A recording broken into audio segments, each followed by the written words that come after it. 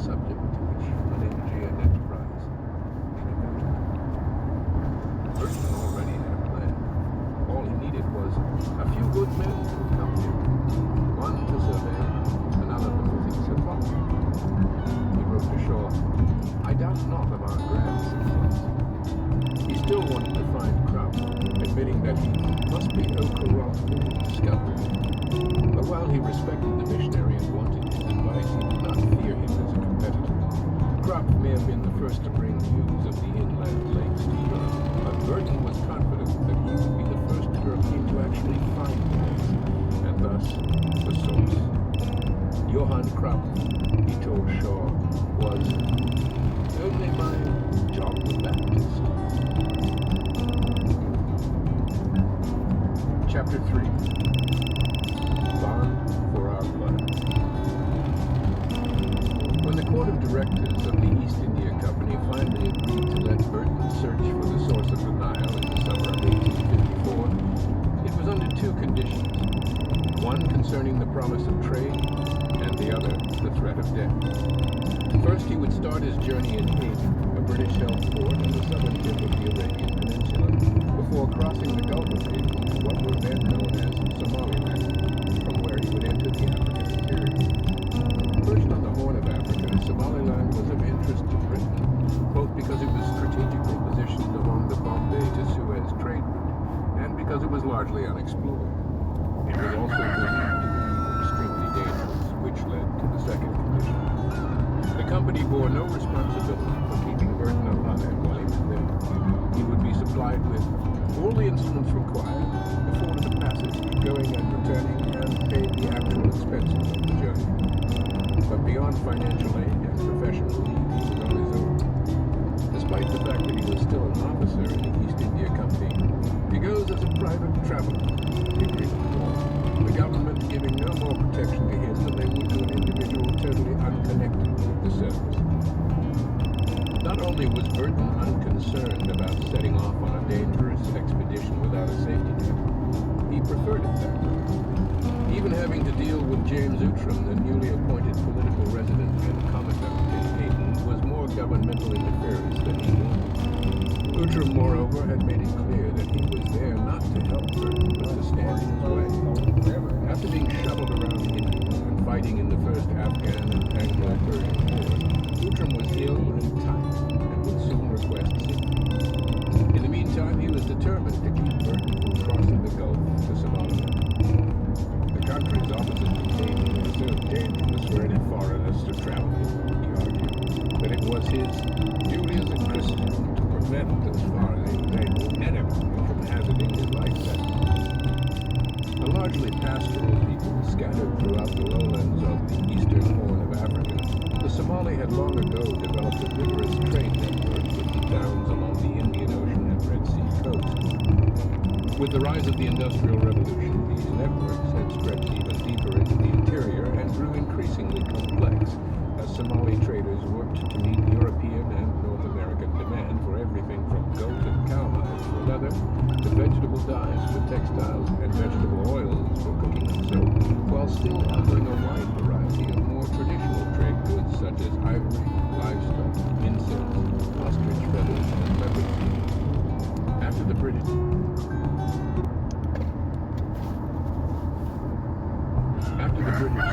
in 1839, the enclave there had quickly come to rely on the Somalis, who supplied them with fresh meat, and by the 1850s, Somalis made up roughly 15% of Aden's total population. Men like Outram, however, continued to fear the Somalis, remembering in particular two incidents that had shaken their confidence in the region. In 1825, a group of Somalis had seized the English brig Marianne, plundering the ship and killing most of its crew. 20 years later, south of Somaliland, about 60 miles into the East African interior, a 28-year-old French explorer named Eugène Maison had been tortured, emasculated, and murdered after becoming what may have been the first European to make it that far past the coast. The Royal Geographical Society had tried again 5 years later, in 1850, deciding to send Dr. Henry Carter, an assistant surgeon in the East India Company, to the region. As As the planning had progressed, however, it had become increasingly clear that Carter's idea of what the expedition would entail was very different from the society. Burton suspected that Carter, having learned of Maison's fate, did not relish the chance of losing his car. He wanted only to sail along the coast in a government-owned ship that would carry his provisions and safely and comfortably convey him from place to place. Finally, the society had given up, abandoning the expedition and dismissing Carter, whose timid plans did not fulfill the primary and great object of the London Geographical Society, which was and still is to have the endeavor of support. Despite the potential danger, Burton doubted that Uhtred was trying to prevent him from sailing to Somaliland out of concern for his safety. The resident, Burton believed, was motivated by nothing more elevated than envy. In his younger days, thirsting for distinction, he had ambitions to explore the Somali country, Burton complained. But when I prepared to do so, he openly approved. In Uhtred's defense, a friend of his would later argue that he was basing his views on the oldest and most experienced residents on the spot, and the tragedy that in some shape or other was certain to follow the wild adventure of a set of reckless young men. Burton, by then 33 years old, was neither particularly young nor terribly reckless. He was, however, very determined. Eager to get out from under Uhtred's thumb, Burton finally offered to delay his expedition until the end of the Berber Affair, a well-known annual trade bazaar that began in October and lasted until April. The Berber Affair brought thousands of people to this Somali coastal town every year. If he waited until the massive caravans began their return to the interior in the spring, Burton could travel under their protection.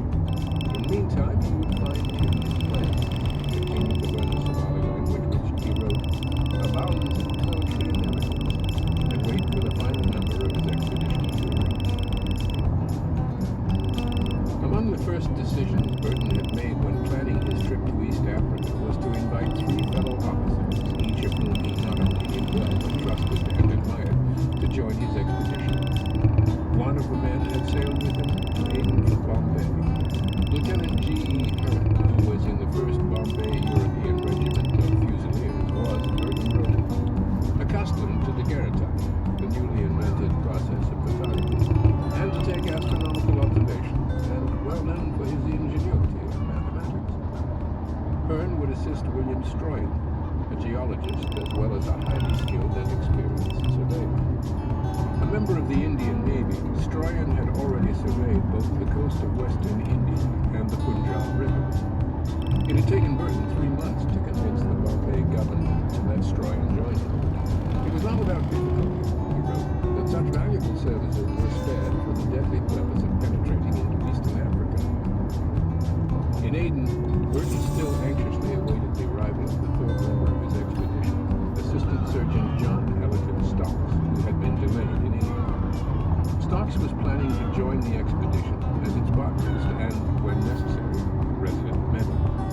Burton had met him in Sindh, where he had been a member of the medical staff in charge of vaccinations and the inspection of medicine.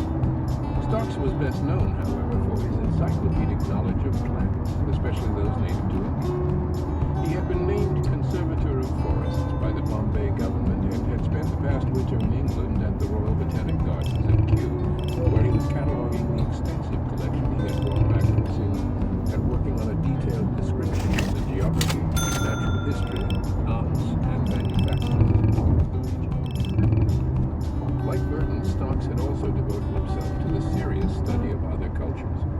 He approached his work with a humility, however, that Burton had never had. So great was his knowledge of the native character, and such was the confidence he inspired in those around him, that he was enabled to penetrate further into Baluchistan than any previous traveler had done since our armies quitted Afghanistan. A fellow Briton would write of Stocks.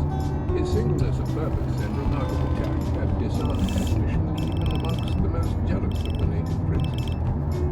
Despite all that he had achieved, Stocks had also remained strikingly unpretentious, beloved for his amiable, cheerful, and engaging disposition. Burton knew that Stocks would not only be a valuable member of the expedition, but was someone who would keep the other men happy and united them in times of danger or deprivation. The fellow writes well, but is modest.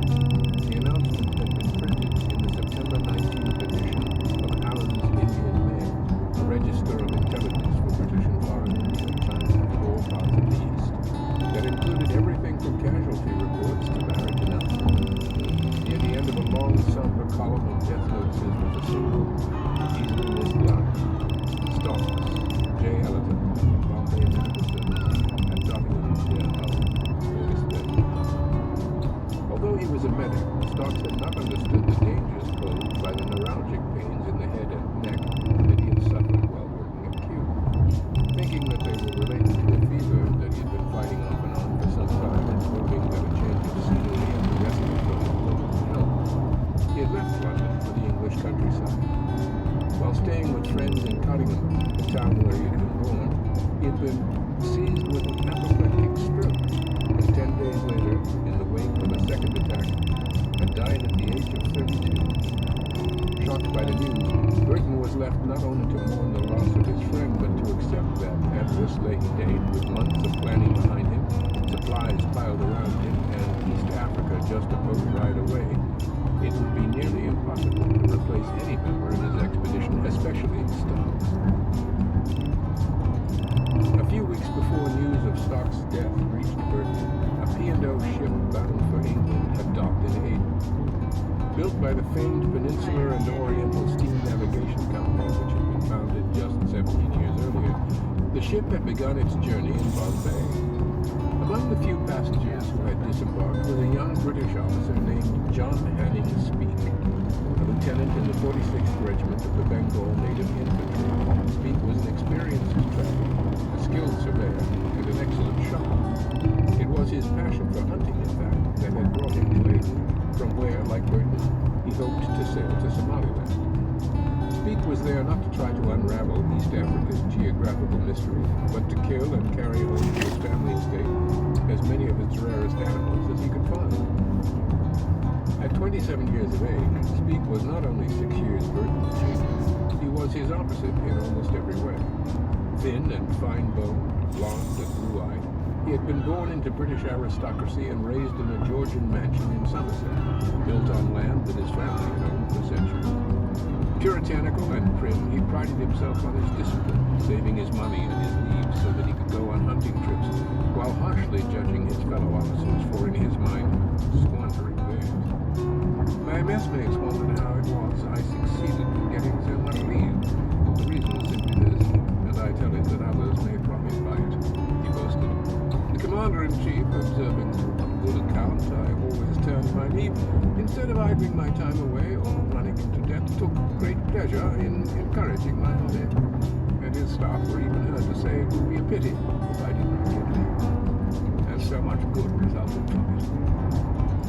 While Burton buried himself in books, Speke had devoted as much of his spare time as possible to what was known in India as shikar, big game hunting. He hoped to one day open a natural